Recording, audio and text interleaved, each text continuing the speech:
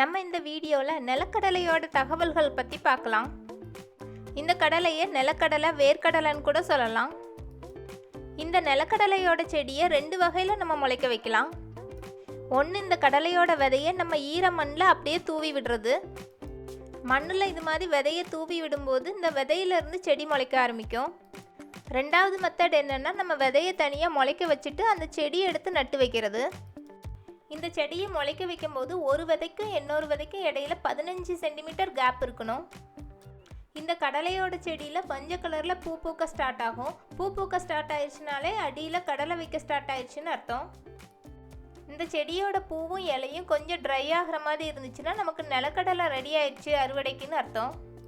இந்த நிலக்கடலையில் அதிகமான அளவு சத்து இருக்குது. இந்த கடலையை வறுத்து சாப்பிடுவாங்க. இந்த மாதிரி வறுத்து சாப்பிடும்போது அதிகமான அளவு பித்தம் இருக்கும்.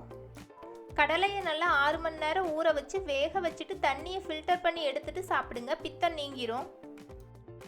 உங்களுக்கு இந்த வீடியோ யூஸ்ஃபுல்லாக இருந்துச்சுன்னா லைக், ஷேர், சப்ஸ்கிரைப் பண்ணுங்கள்.